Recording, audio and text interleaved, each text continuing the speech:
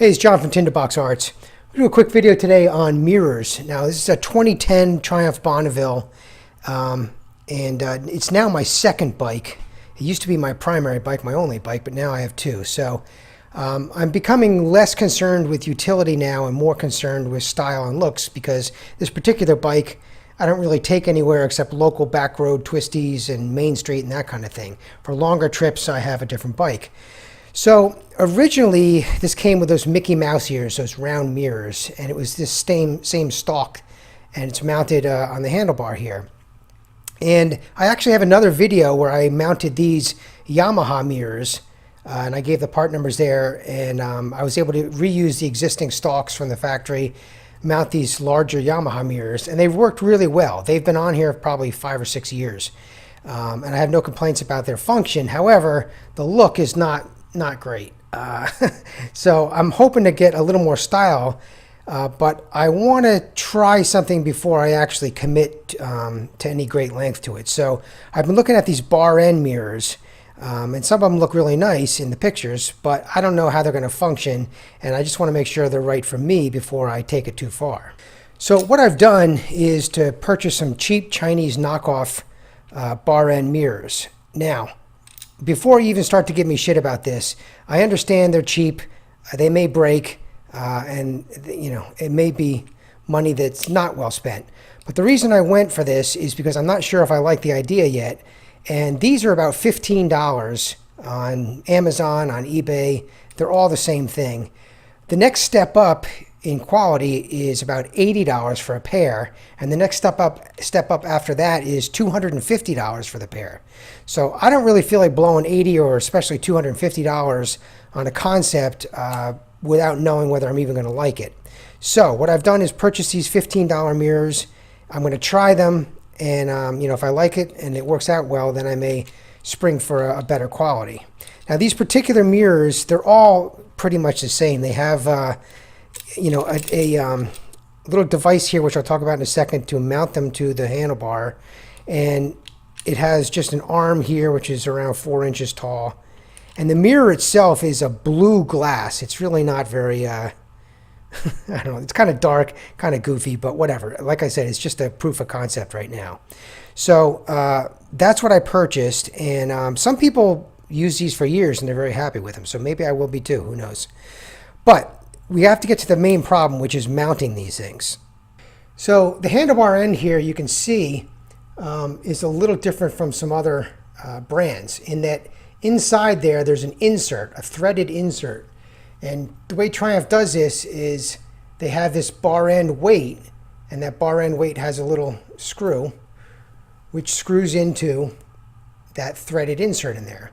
That's all well and good, except that the way these bar end mirrors work and other bar end weights work is to kind of jam a rubber or sometimes a metal little thing in there, which expands when the screw is screwed down and tightens against the inside diameter of that handlebar. But because that threaded insert is in there from Triumph, you really can't do that. So here's what I mean with the problem. On these bar end mirrors and other third-party bar end weights, the way this works is there has a screw on this side, a screw head here, and then on this side is just a hunk of rubber and a nut, and the screw goes through that hunk of rubber. So the whole point is to jam that hunk of rubber inside the handlebar, and when you tighten the screw, that draws the nut against the rubber, squeezes it outward, and that puts pressure on the inside of the handlebar, and that's what's supposed to hold it in place. But because that threaded insert is in the Triumph bars, you can't use this because it hits. So this is no good, but the rest of it is fine. So there's all sorts of advice on the interweb about how to handle this problem, and I'm going to take a lot of it to heart here and see what we can do. So what I intend to do here is actually a multi-prong attack here. So first I got bigger screws and longer screws, because where did I put it? The stock screw here is an M5, and it's just not very strong, and it's also not long enough. So what I've done here is, this is the only other thing I could find locally, which is an M6, and it's also a longer screw. So I want to use these, but what I'm going to do is drill and tap a new thread in that existing threaded insert in the bars, so I can use this M6 instead of the M5. So that's problem number one. Then what I'm going to do is I have a piece of fuel line here. It's 7/16 fuel line. And I found I can just jam this into the inside diameter of the handlebars. And if I do that and cut it off, leaving it just proud of the handlebars, it'll be similar to that other arrangement where when I put the screw through this and squeeze it, it's going to squeeze against the inside diameter of the handlebar, give it a little more friction fit. And I may also use some of this tubing here to help center the new screw inside of this arrangement here. So I got a whole bunch of stuff going on here. First thing I'm going to do is drill and tap new threads for this M6 screw.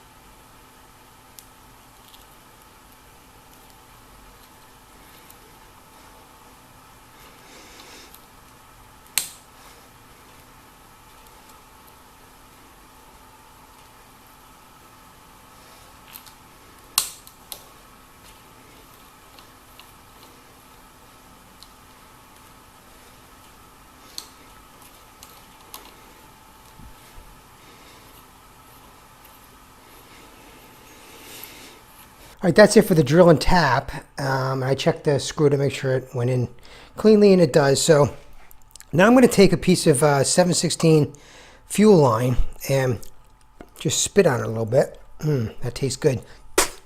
And then just jam it in here. Now it just barely fits. In fact, it really doesn't fit. So you really have to work it in there.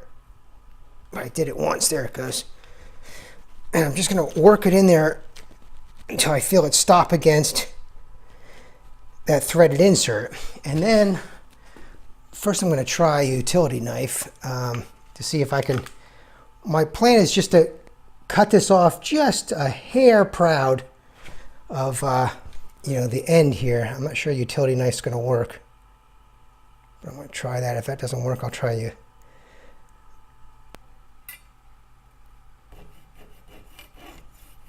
Yeah, I think that's easier.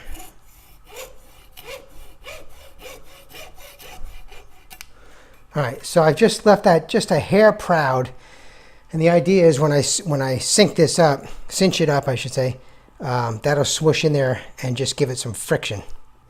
I took a piece of vinyl tubing and just stuck it in the middle here. It's not strictly necessary, but it helps center the screw and just keeps everything from rattling around in there, so I figure it can't hurt.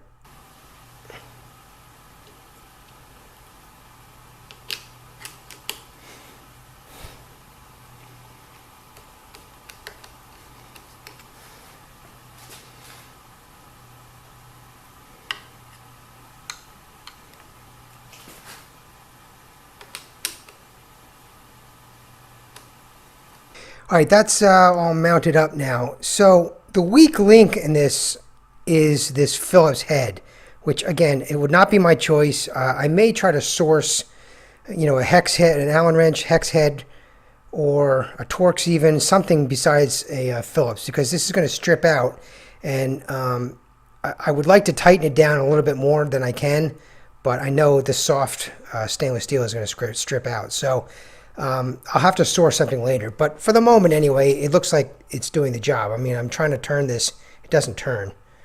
If I whacked it with my elbow or something, it might move a little bit, but I don't think it's going to be dramatic. So it works. I just wish I could get a better head. So that's what we're looking at here right now. Sorry, I need to get a little closer here. As I said, these are $15. You can see, I mean, this is just total crap. You can see how bad it is, but it's just a proof of concept. If I like these, I do a few rides and I'm happy with them, then I can buy a more expensive and higher quality version of it. But I just really want to try it out and see if I like it first. But as far as fitting the bar end itself, no matter what the brand is, looks like this general method is going to work. All right, so with that fitted, I got both mirrors on there. That's a little more mirror than I need. You can see how much smaller and compact this whole arrangement is. Now, this old one I'm going to take off. This is a 10 millimeter bolt under here. And there's two things you can do to clean this up after you take this old mirror off. One is to flip, I can show you better over here. There's like a U clip here. You can flip that upside down, and then the area where the bolt goes in won't show. Now in this case, you have the brake fluid reservoir mounted there, so I need to leave that there. And on this side, I've actually previously made myself a little clock mount here, so I need a bolt here. But all I've done is sourced a short 10 millimeter bolt. So I'll just take this stalk out, replace it with a 10 millimeter bolt that I've painted black, and I should be good to go there. I'm happy enough with that. And the way the back of this works, there's just a hex bolt right here, which keeps this little arm on, and then this thing swivels 360. It's pretty stiff. Actually, I mean, I may be fine with these. They may last for a couple years, and that's all I need for right now. But well, now I've had several rides with these new mirrors, and they work pretty good. I don't really see any problem as far as durability or stability. They seem to stay put. I didn't have to really crank it that hard as far as tightening this up. The mirrors aren't, the vibrations don't bother them. They seem pretty good. So I think I will keep this scheme with these bar end mirrors. Now, there are two things that do bother me though. One is with the weights from the factory off of the end here. I don't think this mirror weighs nearly as much as the factory weights. So there is more vibration than I noticed. It's kind of buzzy, whereas before it wasn't like that. So that's something to think about. And what I could do is replace this little nub right here with a bar end weight and then attach the mirror to the weight. So that might be something I might do. And the only other thing that bothers me is that this glass is blue. And I think they're all that way as far as the cheap ones. So that is something that may annoy me. I mean, it's usable. Maybe I'll get used to it, but it's not something I would pick, certainly. So if I go to a higher end or more expensive bar end mirror, I'm going to look for one that has clear glass and also convex glass if it's available. So, but as far as the scheme in general, I like it, and I'm definitely going to keep that part of it.